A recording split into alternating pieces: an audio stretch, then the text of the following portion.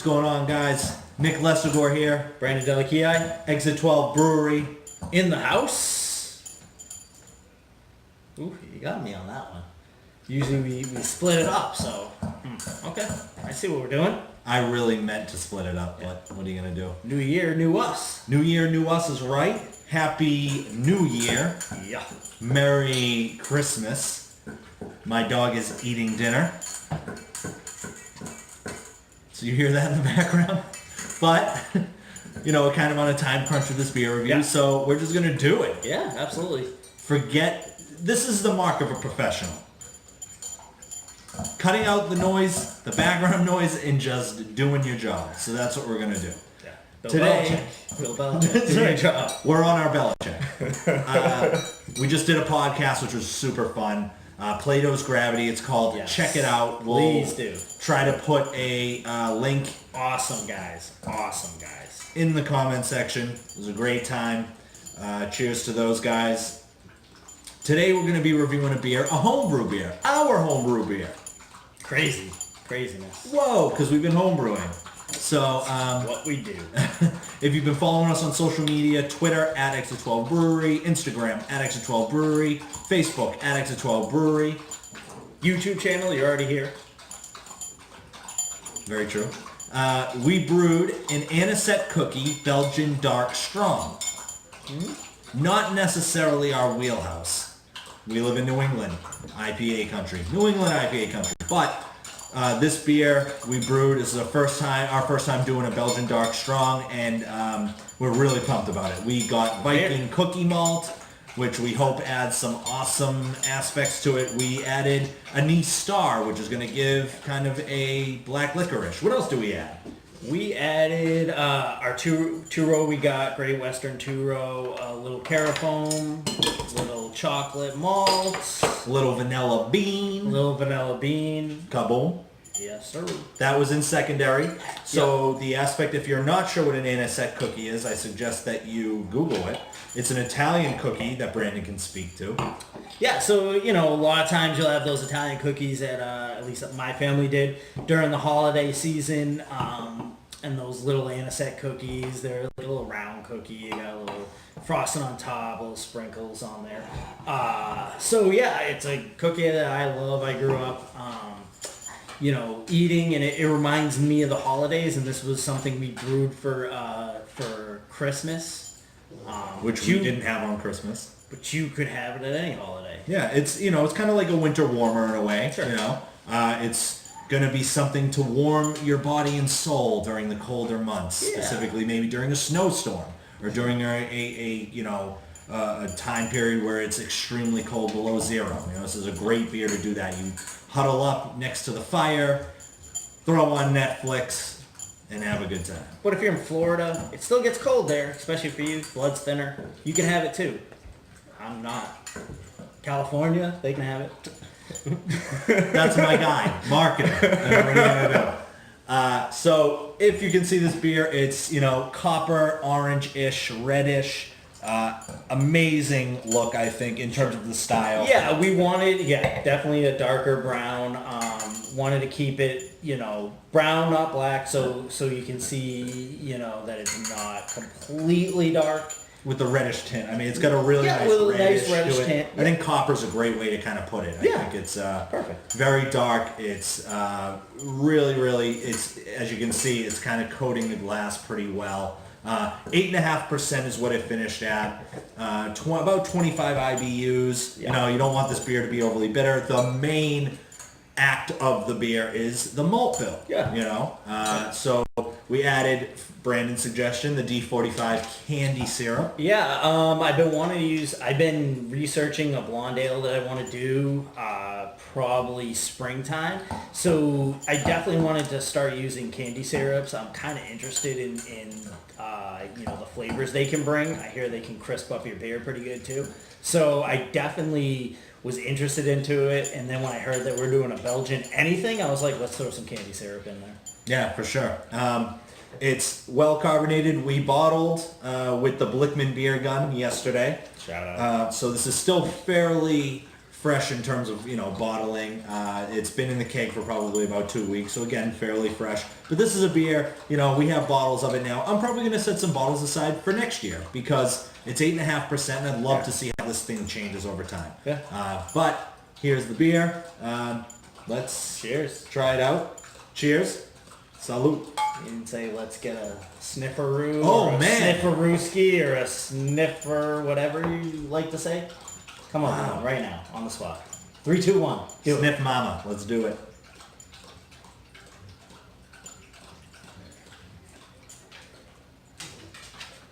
Okay.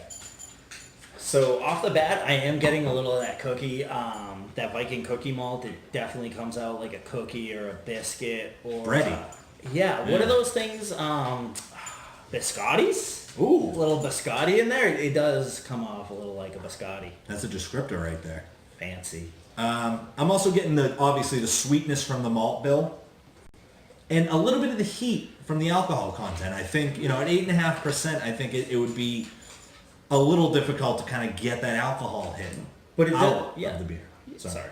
It definitely got a little bit of that sweetness. So I think you definitely get that sweetness from the candy syrup. I think we had a lot of caramel, the carafoam for head retention. Mm-hmm. Obviously, you can tell it didn't necessarily work too well, but it definitely aided in the lacing in a way. Yes, lacing is good on this beer. Also, we used the Viking Caramel 30 from the dual grain triple play double IPA hop experiment. I wanted to use the rest of that. This was kind of, in a way, a dumpster. That's so rude. Everything but the kitchen sink is what I meant to say. Like, we used all grains pretty much that we had except for the Viking. That's a way better descriptor than dumpster. So recoveries. Okay. Nailed it. So let's try this out. Absolutely. Cheers, man. Cheers. Salute.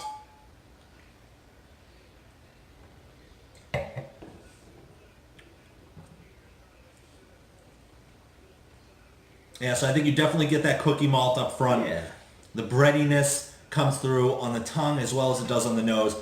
I also get a tinge of chocolate, and that's because we added a little bit over 3 ounces of chocolate malt. And I think that really comes through nicely. I may want to kind of bump that up a little bit, just a tiny bit. I think that chocolate, even though that's not necessarily true to style, but we don't necessarily always do things true to style. So the first thing that I get on this beer is it is a Belgian Dark Strong. It is 8.5% ABV.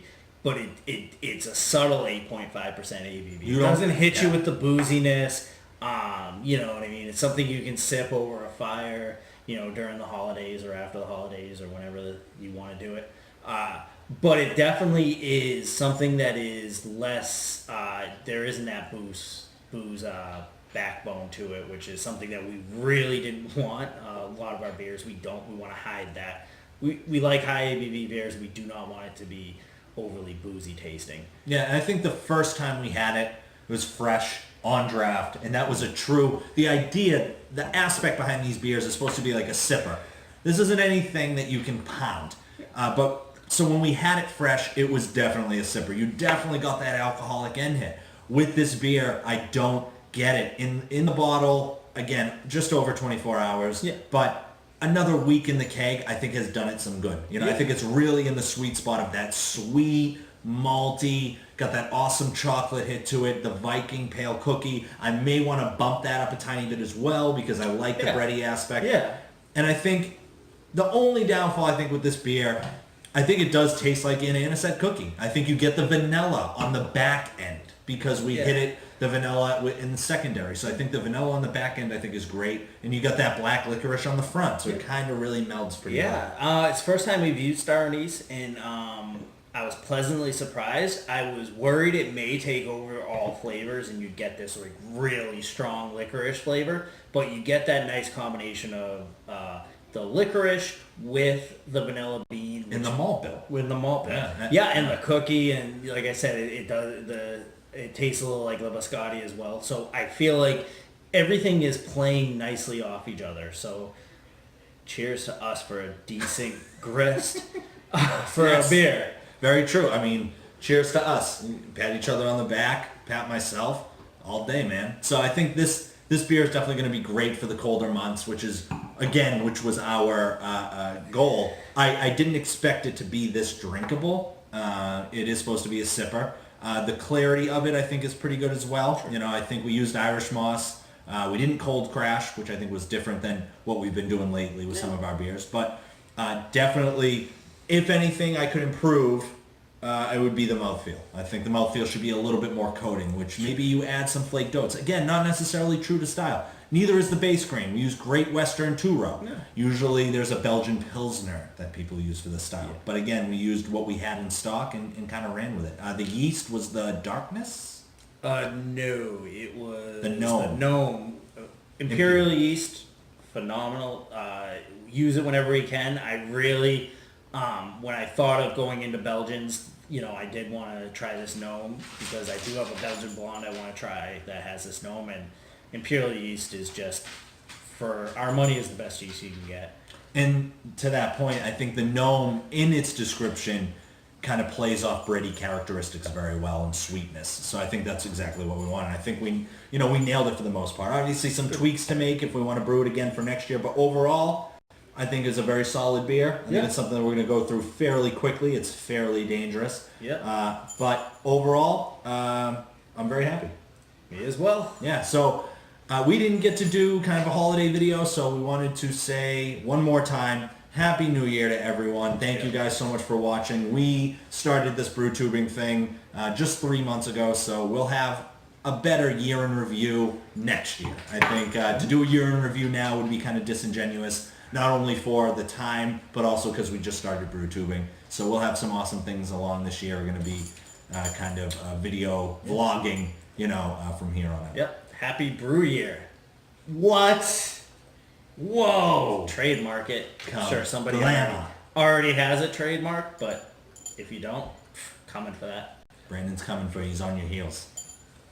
Cheers, guys. Cheers.